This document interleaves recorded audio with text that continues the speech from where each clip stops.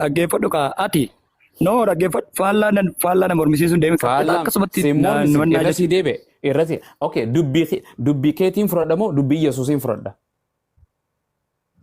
Nama dadhabaadha maaf kan koo fudhattama. Kanaafuu nama dadhabaadha kan koo fudhattu. Dadhaba kanaafuu dubbii ta'e hin dabalin dubbii Yesuustu dhugaadha dubbiin kee dhugaa miti okay Yesuus Kiristoos akkana jedha ani humna kootiin humaa gochuu hin danda'u jedhe dhugamoo soba. Tamee dubbadhu.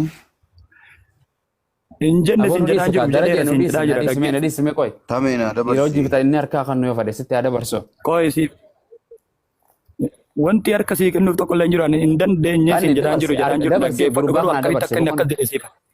Akkasiin hin jenneen qubeen barreeffama. Asiifan dhiyeesse. No na deebise waan siin jedhe Yesuus dhuga dubbatama dhugaa akka jedhu Yohaannis 8:40 Yesuus ani dhugicha isa Waaqayyo irraa dhageessinitti meeraa jedha. Dhuga dubbata dharan dubbatu mi Yesuus. Fakkeenyaaf dharriyyuu isa keessa hin jiru gaa dhaggeeffadhu. Fakkeenyaaf yoon akkana siin jedhe yoon ani Amaariffaa barreessuun beeku yoon siin jedhe barreessuu ni beektanaan jetta. Ni jetta amma fakkeenyaaf ati Arabiffaa barreessuun ati Arabiffaa ani barreessuun beeku abumaas naan jette ana dubbii kiyyaa fudhatamoo keetii fudhatamu barreessuu ni beektan siin jedhe siin hin jedha hin fudhatamu. Olii gallee akkas Yesuus Kiristoos akka jedhe dubbiin kun Yesuustu dubbate moo Phaawulos immoo barattoota dubbate Yohaannis 5:30. Yesuustu dubbate. Yesuus dubbiin inni dubbate dhugamoo dhara. Yesuus dharri keessa hin jiru siin jedheen. Okay dharri keessa hin jiru Yesuus humaa gochuu hin danda'u miti. No akkasitti amma kootu kaasee haa deebisu akka ati maal naa deebisa kanuma naa deebisa barreeffama deebi jiru qofa naa deebisi ani waan biraa sin gaafanne barreeffama jiru ani humaa gochuu hin danda'u jedhamu gochuu hin danda'a jedha. Ati akka jedhan si haa gaafadhuuti amma jechuudha. Kanarraallee gara biraan deemu kanuma si deebisa. Lama na gaafatte ganaa lama si gaafachuu deemas. Gaafii sin gaafadhu. Gaafii kanuma si gaafadhu na dhaggeeffadhu na hubataa jirta. Siin hubadha gaafuma kiyya naa deebisi bira kuti Yesuus Kiristoos ani jedha gaafii kan kee na gaafatte na dhaggeeffadhu kaa gaafii na gaafatte na dhaggeeffadhu si haa deebisu. Okay irra deebiin si gaafadha jee bas kana booda sin gaafadhu gaafii lammaffaatti ittiin dabara. Boqonnaan kun boqonnaa dhugaati moo sobaati? Wangeela kam keessattuu sobni hin jiru wangeelli dhugaadha. Hayyee eegan jiraan. Ani si deebisuun na dhaggeeffadhu. Nadidu jirta warra kanatti akkanatti yiteeti baati ka. Inni jine No wanta akkasii dhaan jiru akkanatti yiteeti ati kana amansiisa. Iyyutti hin jiru bar. Boqonnaa naaf fidatee miti reefu naa dubbisanii si kadhannee keenya san ofirratti fidatte. Aboo agarsiisin jedhee diddee waan achi jiru dhabnee miti. Wangeela kee waakkachuu jirta goobasi ani Aroon Keer feetutti amantee feetu diddees feetu gattees ani irraa murtees ani Aroon Keer. Quraanoo kiyya irraa difaasi godhamale kan kee akka feete. Amma sirraa hin xumura yaatammee koo. Waan jedhe wangeelli yoo gaafii na gaafatte misi yaa deebisu dhaggeeffadhu baay'inaan keessa wangeelli wakana keessa maalin si gaafadhe gaafii kiyya dura sii galee maalin si gaafadhe. Na galeera Yesuus ofii isaatii anumaa gochuu hin danda'u jedhee miti kana amantaa hin jette miti. Ni amantamoo hin amantu. Si yaa deebisu na dhaggeeffadhu kaashee.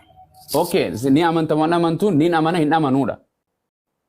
Maaf akkasitti si deesamaa dura siifan ibsa waan hin akkas jechuu barbaadeef. Yoo quraana fiddee Quraana kana fiddee boqonnaa kana kunoo akkana jedhaati Muhammadii ni amantaa yoo naan jette hin amana takkaan amanuudha. Kanuma hin amanaan sin jedhan quraana hundasaa ni amana kunoo boqonnaa kanattis ati dhiira taatu ni amana jedhe boqonnaa kana ni amantaa. Ani wangeela kamittiyyuu wangeela sabni keessa waan hin jirreef. Ni amanta haayilaayitii wangeela wangeelatti nan amana ni amana yes naan jedhe yes ni amana. Okay Yesuus I believe that. Okay, let me read to you this verse then. Okay, Yesuus Kiristoos itti dabalee ani humna kootiin humaa gochuu hin danda'u jedhe. Yesuus humna isaatiin waa gochuu ni danda'amoo hin danda'u. Kanaafuu deebii barbaadda taanan na dhaggeeffatu. Wangeela kana keessaa na baasi wangeela kana keessaa baana sin jechaan jiru illee wangeela bakka irratti gaafii na gaafatte miti. Si gaafadhe afaan Oromooti na diddee bar miliqu jirta.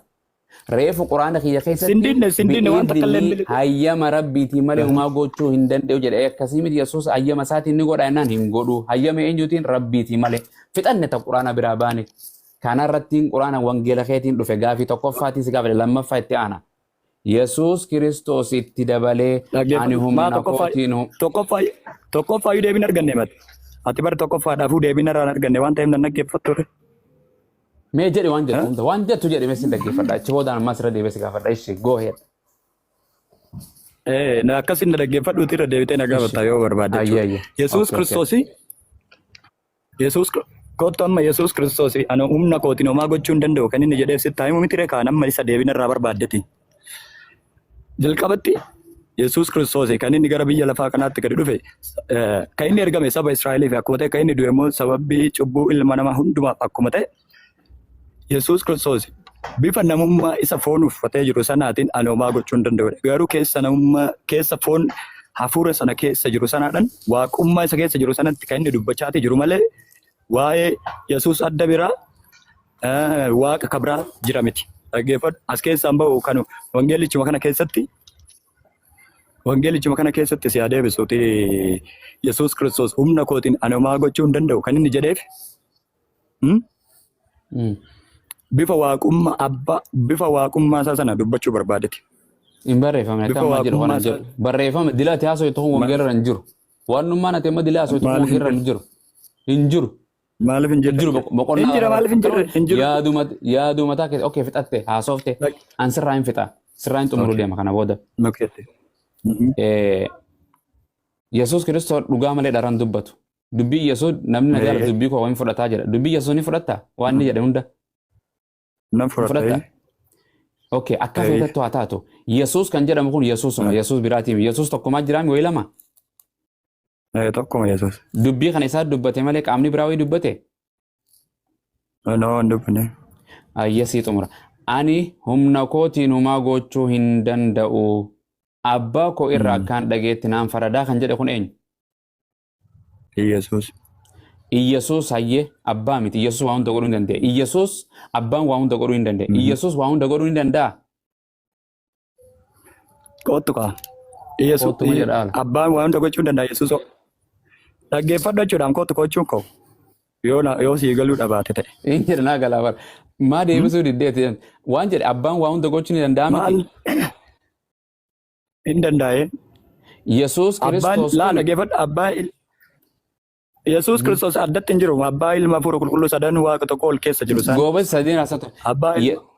Okay Yesuus itti dabalee kan jedhu kun hafuura qulqulluudha moo abbaadha moo Yesuus kan akkana jedhu kun. Yesuus kun amma dubbachaa jiru kun Yesuus kun waa hunda gochuu ni danda'a.